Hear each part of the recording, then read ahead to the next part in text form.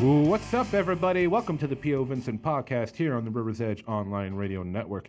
I am your host, Vincent Didiano, giving you my point of view on movies. And with me, of course, is my buddy, my pal, my comedic comrade, the human megahorn, Eric Williams. Eric, how you doing, buddy? Can't you see I'm busy, Vincent?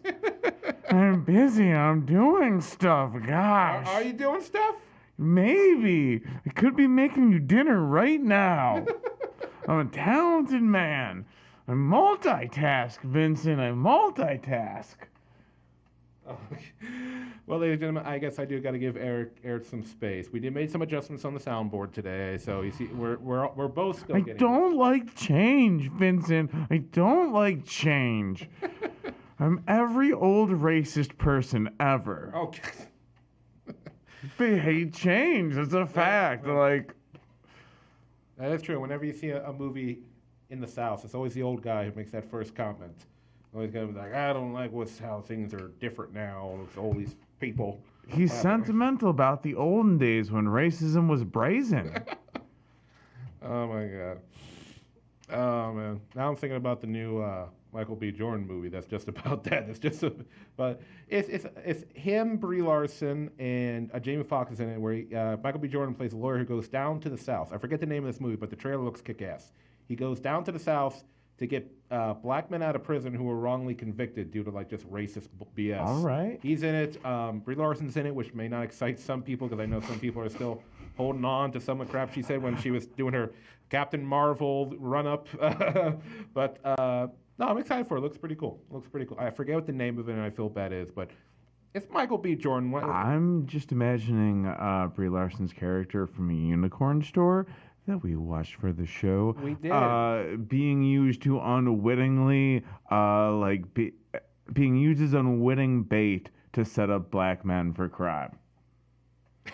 Like, she would have no clue, but Razor would be like, yeah, just go out on a date with this guy. Like, and then they would kidnap her and be like, it was totally the black guy that went on a date with her, not us. Don't check the trunk of our car. Ladies and gentlemen, here at the POVincent podcast, we like to start things off dark. I mean, I'm just saying, her character in Unicorn Store seemed very... not from this planet. Yeah, her character, like, I mean, for those of you tuning in for the first time, hey, how's it going?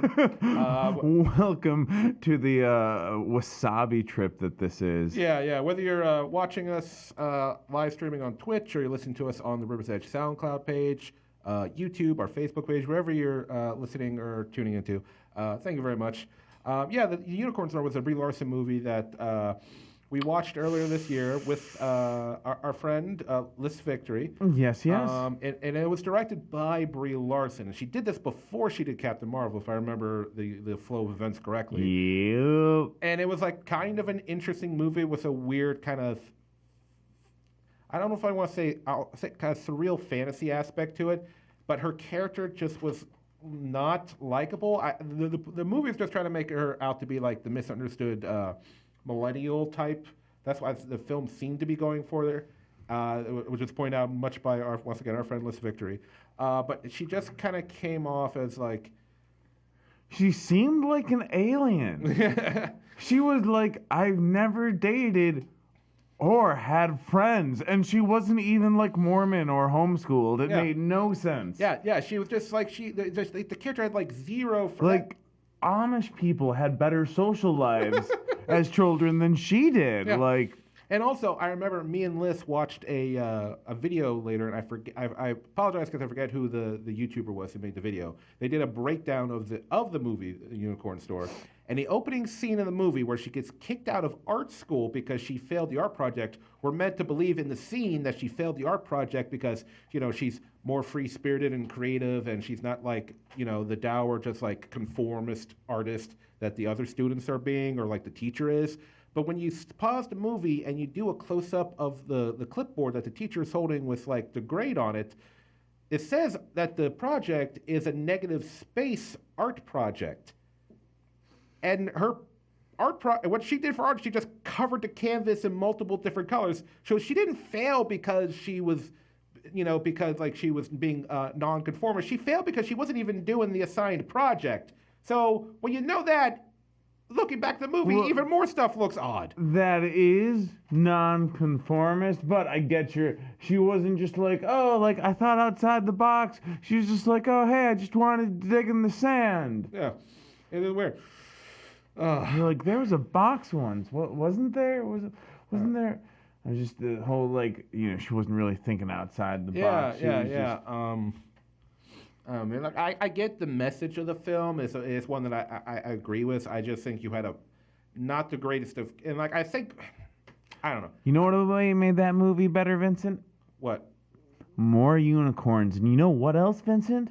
What? Dinosaurs. Oh. Dinosaurs would have made that movie so much better. Dinosaurs and Jeff fucking Goldblum. God damn right.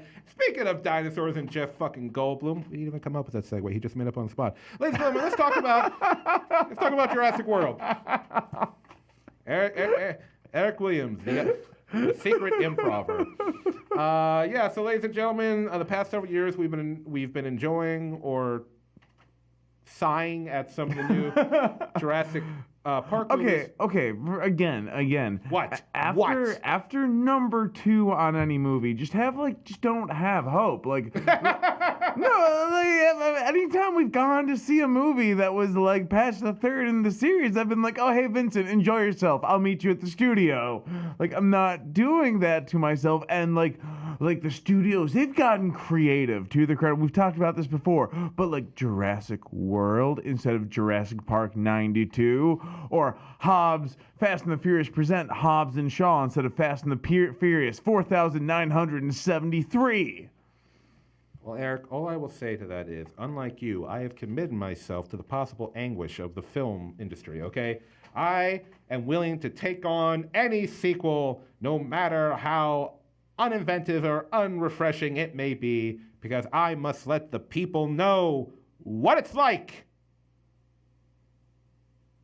Okay, I'm faking nobility here. But anyway, let's talk about this news. Okay, so we had Jurassic World with Chris Pratt and Bryce Dallas Howard.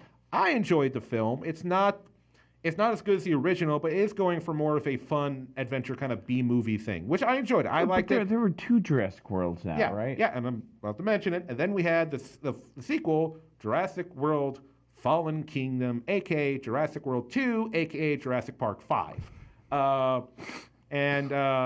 That one I did not enjoy, because the first half of the movie is just a copy of The Lost World, Jurassic Park, a.k.a. Jurassic Park 2. You see, this is why I hate about when they fucking title shit weird like this, because then to make sure everyone's clear, I have to use the correct numbering, all right? Just call it J5. Just call it. We are now referring to the Jurassic Park franchise as just numerical J1, 2, 3, 4, 5. That's it. I like the ideas. I like the ideas. Not to be confused with Johnny 5 of the Short Circuit franchise. God damn it, Vincent. Anyway, back to actual news. So, the last movie did not do well. It was not well received by critics or audiences. Yes, ladies and gentlemen, believe it or not, there are movies on Rotten Tomatoes where the critics and the audiences actually agree. It's a thing. It happens sometimes. Recently, we had the Jurassic World short film that was released online, which is just a movie where we see a group of families camping out in the wilderness and they are attacked by several dinosaurs. It's a fun little short film, well done. Nothing spectacular, but yeah, it's kind of cool. It kind of shows where the world is. But now they've announced with the next Jurassic World movie, we have the return of the original cast. I'm excited. So yes, ladies and gentlemen, Sam Neill, Laura Dern, and Jeff Goldblum are all returning as their characters from the original film, and I'm not really excited. I don't know what to say. Here's the thing.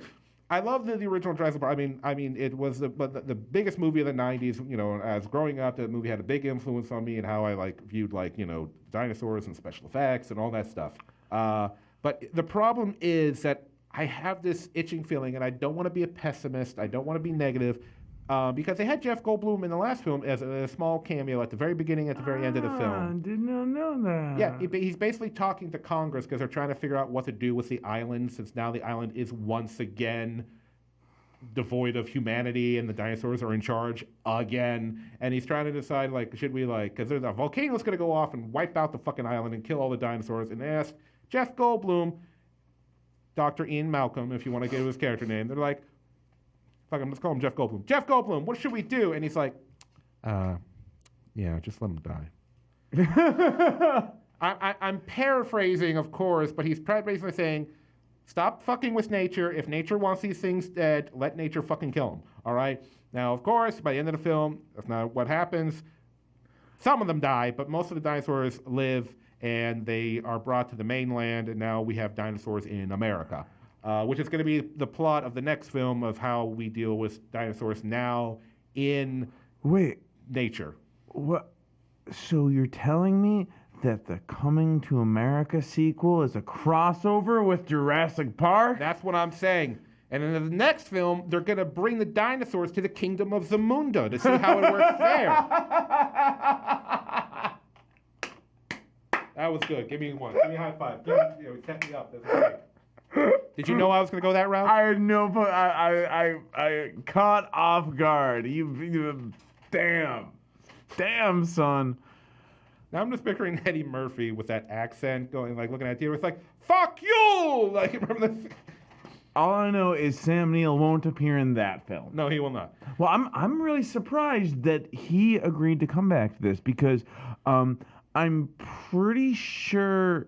Okay, so I feel like we've talked about this before. Okay. But I'm pretty sure Sam Neill's refusal to do a Jurassic Park sequel is the reason that Michael Crichton just brought Ian Malcolm back to life. He was just like, oh no, remember when I killed him in the last book? You were mistaken. That never fucking happened. Yeah. For those of you who don't know, the Jurassic Park films are based on a book series. By Michael Crichton. Yeah. I think only the first one follows the book pretty closely. I know there's a river scene in the book that doesn't happen. That was going to happen in the movie, but they decided to cut it, which apparently made it into Jurassic Park 3 anyway, because that's what that was inspired by.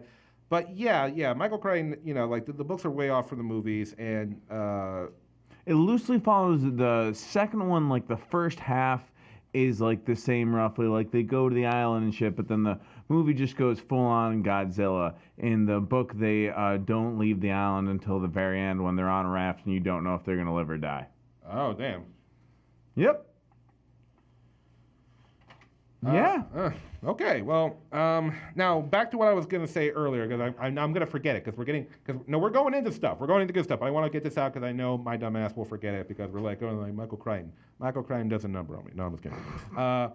I'm feeling a bit pessimistic, and I don't want to be. I feel like the only reason why they're bringing back the three main characters from the first film, once again, and now this article, which we have on our Facebook, is from ScreenRant.com. It doesn't say whether or not the characters coming back for just little cameos, or they're going to have major roles in the film, or it's ambiguous motherfuckers. Yeah, or like one of them will, and the other two will have cameos, or like two of them will have cameos, or whatever.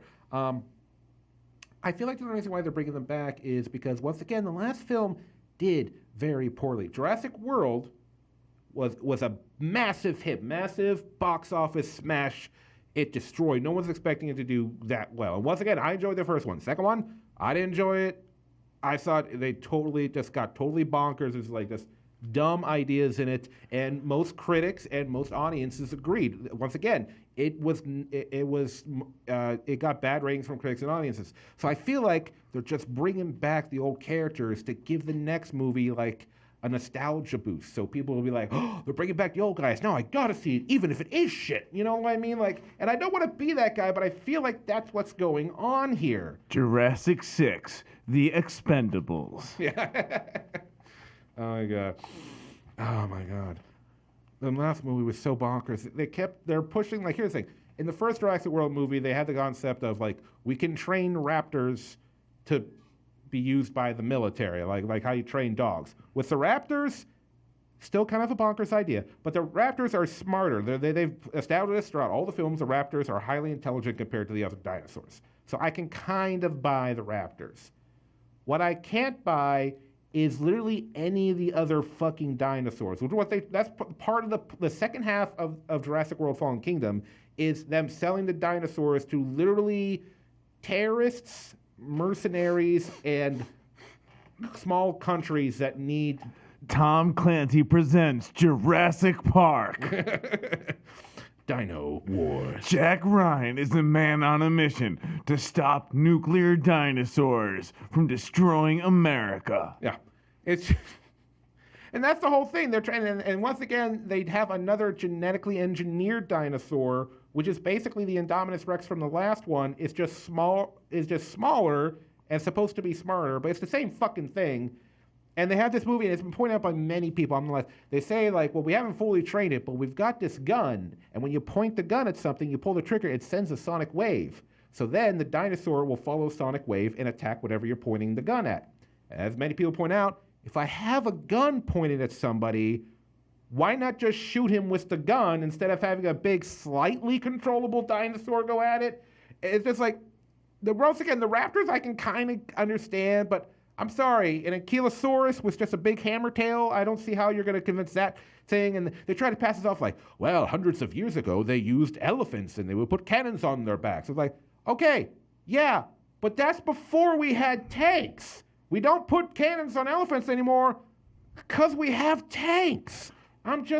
Okay, I get what you're saying, but look at the, like, world history of military decisions. Have they all been winners, Vincent? Have they all been winners? No, Eric. They haven't all been winners. But you know what also hasn't been a winner? The fucking island with the amusement park full of dinosaurs on it. That fucking thing keeps failing. They couldn't control them in an entire fucking park designed to control these things. And you think out in the desert or the mountains or the fucking jungle or in the streets of Detroit? I don't know. It ain't gonna fucking work. And the audience would not accept it. All right? They didn't just jump the shark. They jumped a megalosaurus, okay? I will not accept this. And the next movie better have some sort of common sense to it. All right? For those of you who don't know what jump the shark is, Google and or Bing it, depending on your preferences, okay? We can't just explain it. Fonzie, that... There you go. Okay. There was a show called Happy Days. And then because of one episode, it got less happy. All right? There's your little brief breakdown. But anyway, so yeah, It's a climax.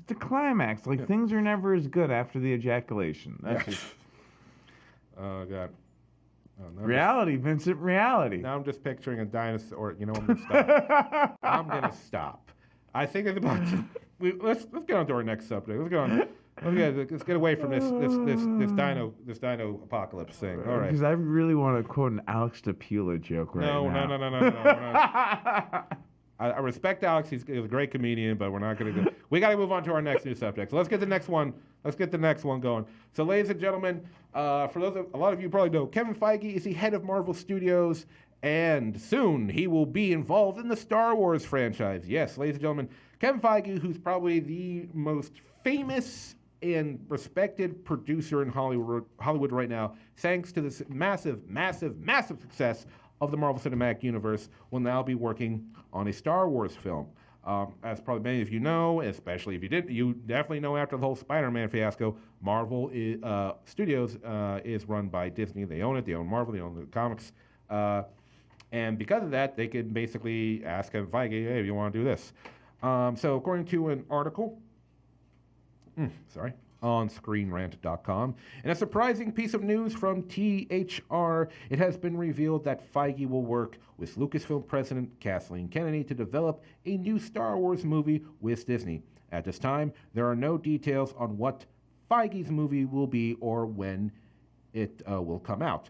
Studio co-chairman Alan Hort said in a statement, "We are excited about about the projects Kathy and the Lucasfilm team are working on, not only in terms of Star Wars, but also Indiana Jones and reaching into other parts of the company, including Children of Blood and Bone, with Emma Watts and Fox. With the closing of the Skywalker saga, Kathy is pursuing a new era in Star Wars storytelling, and knowing what a diehard fan Kevin is, it made sense for these two extraordinary producers to work on a Star Wars film together." Translation: a lot of people in the Star Wars community hate Kathleen Kennedy, so we're bringing in Kevin Feige because he's our human plus 10 to charisma. So I've been holding that in for the last 2 days. And because that's how I really, once again, I'm being a pessimist and being a jackass here, but that's how I really see this. Because a lot of people a lot of movie fans, and then more particularly Star Wars fans, have put their evil eye upon Kathleen Kennedy. Kathleen Kennedy gets a lot of hate, and it's hard to tell if it's deserved or not. Yeah, because I mean, you look at the films, and the newer films have had a bit of a rocky thing. Force Awakens did pretty well. A lot of people gave it crap because they're like, it's just a copy of A New Hope. To which I respond, and which a lot of people are saying, yeah, I don't think it was trying to hide that. I think is just trying to make people regain that nostalgic feeling, and it worked. I like Force Awakens. It has its problems, but I liked it, and I think it was a good starting point to get things back on track. You're a good starting point. What? To get things back on track. It did well. Now, things started to get a little wonky. We had Rogue One, which was majorly successful, though some fans had an issue with like the overuse of old elements, and other fans had problems. Well, I mean, I like Rogue One. My problem with it is the main character of Jyn Erso. I think she's just a very boring character. So the action sequences are fucking great in it, and some of the other characters. It's funny, the supporting characters are the more fun and or interesting characters in the movie, and I feel bad because, once again, I don't like the character Jyn Erso. I think she's a very boring character. However, Felicity Jones, the actress who played her, I was excited when I heard she was cast in the movie because I like her a lot. I especially loved her after the movie The Theory of Everything, the movie about Stephen Hawking. She was great in that, where she plays Stephen Hawking's wife. So when she was cast in Star Wars, I was totally excited. Unfortunately, her character, I'd rather pay attention to any other characters in the film, if I'm being honest. My brother didn't like my brother didn't like Rogue One because he's an idiot. No, he didn't like it. He was like, oh, well, I didn't like it. I didn't realize it was a prequel when I went to see it. So there was like nothing like new like going forward. And I was like, that's your fucking fault for not doing research. Yeah, the whole premise of the movie is, you want to know how they got the plans to the Death Star? That's the whole fucking movie. Well, no, he was just like, oh, I'm going to see the Star Wars movie. Like he did like no, like, oh, what is Rogue One? Like he was just like, oh, I was like, that was your fault, lack of research, your fault. That being said, did you watch did you watch Midsummer? Yeah, I did. Yeah, and I reviewed it. Did you like Midsummer? I did like it. I think it's a crazy film. There's definitely parts in it where I was... That was right. You told people they should see it just because it was that crazy. Yeah, and well, it's crazy, and literally there is... you can watch the film, and you can tell that the director, who I forget his name right now... He's done some drugs. Yeah, he's done some drugs. He's the same guy who did Hereditary. This guy has great artistic talent. You see the artistry of filmmaking in that film. It just gets really crazy towards the end, to the point where it's like, there's definitely moments where you're definitely supposed to laugh, but there's definitely moments where, like, I feel like I shouldn't be laughing right now. It's a good movie. It's just fucking batshit at times, which is the point. But as I'm like, maybe a little too bad shit. It's an interesting film. I know a lot of people love it, and it's a cool film. I lost track. Why did you bring that up? Because it was too fucking long. Yeah. Oh no, it's definitely a long film. You definitely. It was pain, and it hurt, and that related to Star Wars somehow. Well, the next movie that came out, unless I'm forgetting something, was The Last Jedi. The Last Jedi, which was the Star Wars film that shall live in infamy. And as I said it before, I say it again, I have mixed feelings on that movie because I think the movie is a giant... it is, within this one film, is multiple examples of, this is a really cool and interesting idea. That's a shit poor execution of it. That's the whole movie to me, because I know a lot of people are like, Luke would never do that, but Luke Skywalker forsaking the Force is an interesting idea.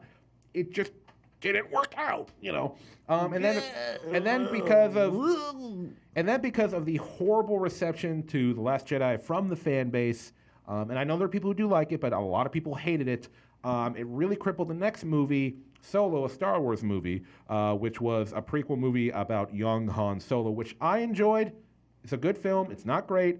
I think it was a fun, and I do recommend it. And it's so much so that Bob Iger, the CEO of Disney, in an interview recently said, "We rushed Star Wars." Because remember, the plan was we were supposed to get a new Star Wars movie every year, whether it was part of the main saga storyline or if it was a prequel or a side story, whatever. And in the past year, all those plans have basically been canceled, and they're taking their time now. They're really thinking things out. They got The Mandalorian coming, the TV show on Disney Plus. It has been announced that there is going to be an Obi-Wan. I can't remember if it's Obi-Wan movie or TV show, but Obi-Wan's coming back. Ewan McGregor's going to be in there. But they're pulling back and they're taking their time because it's Star Wars, and Disney wants to milk this thing for as long as they can. They gotta stay on track. I'm glad that Disney got their shit together. I was a little worried for a minute that I was gonna get off the rails. We would know that Disney had just gone too far if we ever got an Obi-2 movie. Yeah. I would just be like, come on, too many sequels. Yeah, we were supposed to get a Boba Fett, or was it gonna be a Yoda? They were gonna.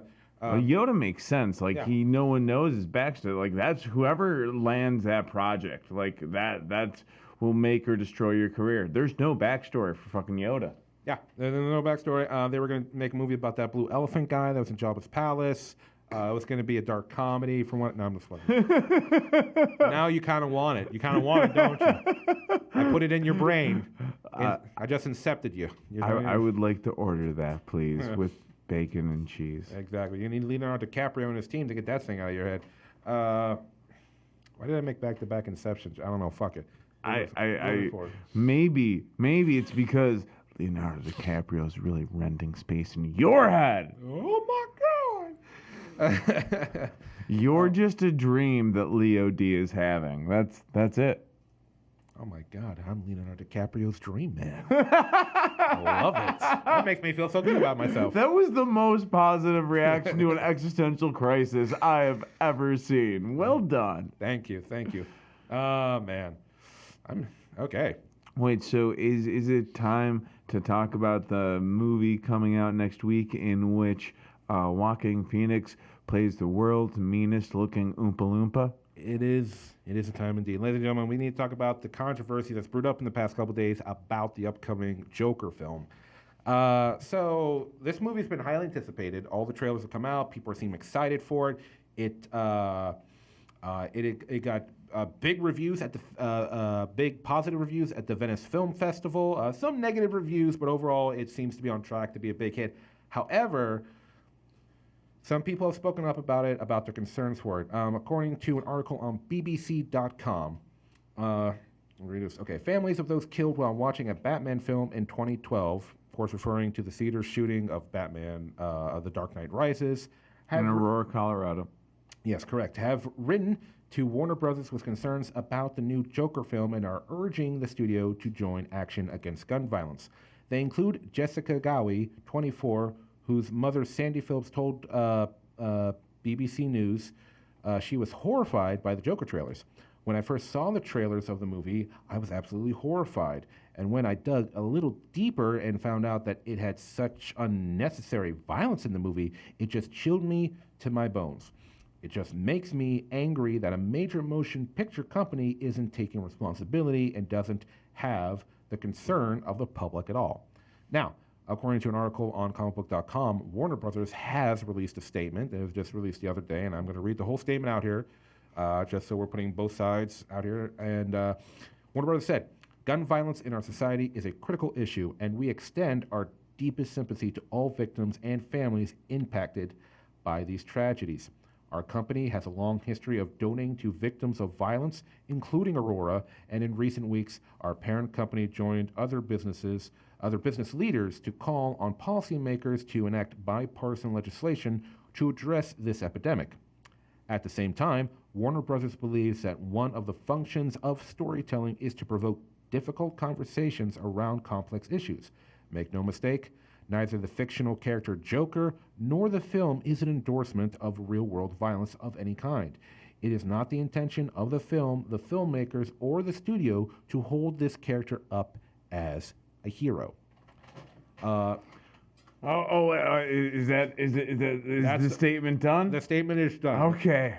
I didn't realize we were going to court today. I would have brought a pillow and a blanket. Okay, so let's talk about this. So we live in America. Gun violence has been an issue going on for many years, and it seems like, getting worse, or, some people say it's not. I don't know. But I do remember I was working, as I stated before in the show, I used to work at a movie theater, and I remember when this came out, because not only was I, excited for the new Batman movie, because, I'm a nerdy guy and I love movies, but I remember going into work the next day and my manager coming up to me like, guys, okay, so we got to talk about this. And, he does like, so if anybody asks you any questions, let's let them know. We've taken precautions, meaning that we did have police officers at the movie theater that I was working at, but they were dressed in normal clothes. That way nobody would get like too stressed. But if customers ask, we let them know that their precautions have been taken. I remember it. It was just this, this kid spray painted his hair to look like the Joker, went into a movie theater in Aurora, and, he started shooting. It's a horrible thing. I can't imagine what it's like to be, the family and friends of the victims, having to remember that, of that shooting or any other shooting in recent history. I can totally understand, why they'd be feeling that way and their point of view. However, I have to say that I get why they're focusing on the Joker movie, because, listen, we've had a ton of films just this past year that are incredibly violent, that use gun violence in the film. Just the other week, I reviewed the new Rambo movie. That movie is extremely violent. There's guys getting blown up, stabbed, chopped in half, shot with guns, rifles and shotguns and all that stuff. And then, we got the John Wick franchise. We just had John Wick 3 come out earlier this year. Once again, John Wick's blowing guys away with guns, rifles, handguns. He's throwing knives at people. Movies have been incorporating violence for a very long time. So I don't think Joker is going to incite violence. And as the studio said, the Joker is not a hero. And I think the distinction should be made that there's a difference between a protagonist in a film and a hero. You can be the main character in a film, but not be the hero. I'm not downplaying anyone's fears or anxieties, but I just think movies they get into these violent scenarios, whether it be based on real life or not. And that's just my point of view on things.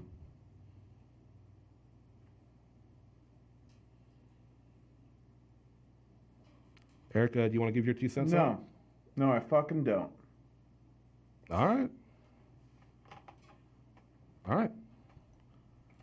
Well, then I guess we'll move on to our movie review of the night. We're going to move on to the new animated kids film, Abominable. All right.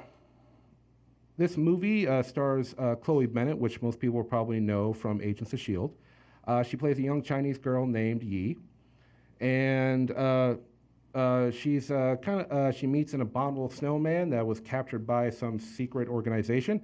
It escapes, she meets it, and she goes on an adventure with it to get the abominable snowman all the way back home. It's made by DreamWorks Animation. I wasn't too sure about this film going in. I'd heard some positive things ahead of time, but animated films, they can go kind of either way.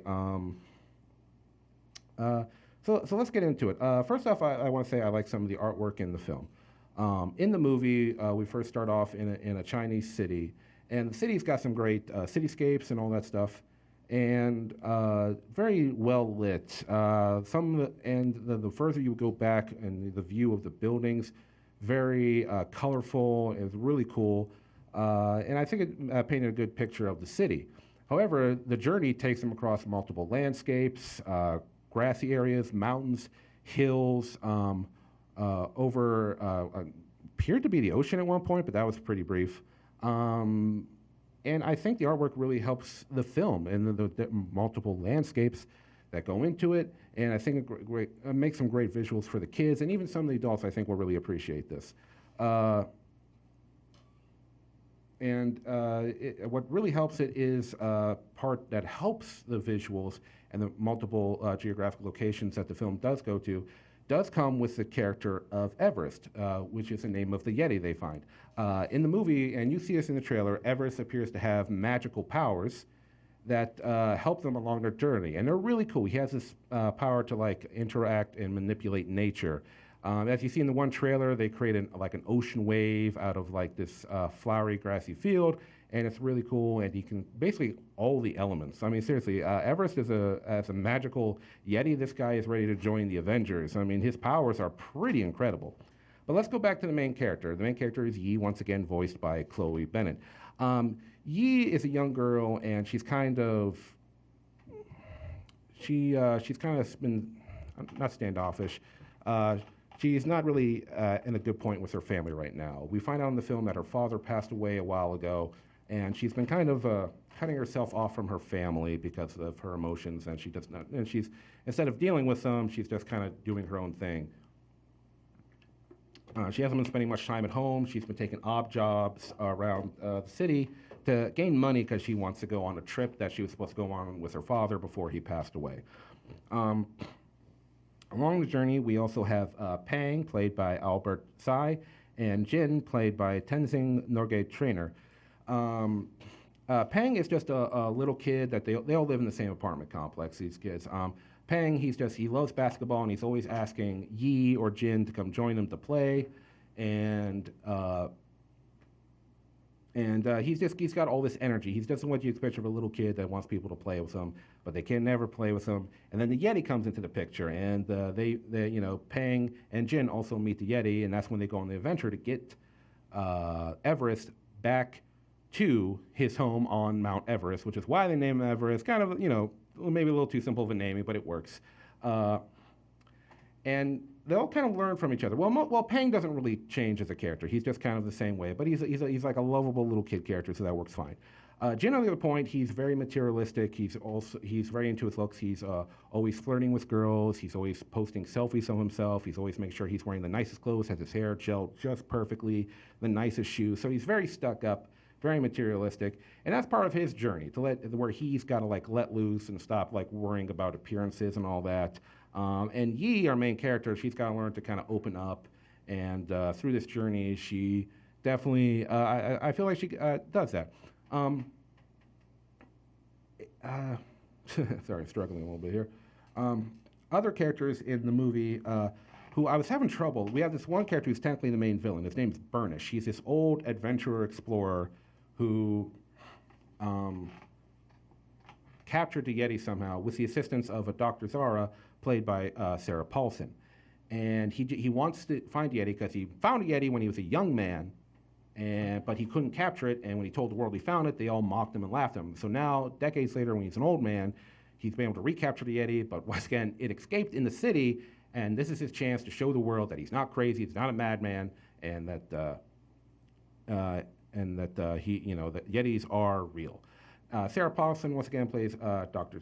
Zara, and they're kind of the main villains of the film. Dr. Zara, she's what's the word I'm looking for? She's a zoologist that's kind of working for Burnish. She seems to care about the Yetis more than he does. As the film goes on, we have this really kind of interesting thing going on with the villains that I wasn't expecting, but I actually did really dig. So I like the little kind of things they like changed up with the usual kind of villain story and something like this. I really enjoyed the film. It had this magical quality to it. Some overused jokes in there. Few overused jokes, but I don't know. I think it's a fun little film that kids can really get behind and will have a good time. So yes, I am going to recommend Abominable. If you got kids, go take it to them. Take them to it. I think they'll have a good time. All right. Well, anyway, guys, I think that's going to be it for the episode this week. We're gonna cut it short because there's really not much more to say about the film review. So we're gonna call it there for tonight. I want to thank everyone for tuning in. We will catch you next time here on the POVincent podcast. Take it easy.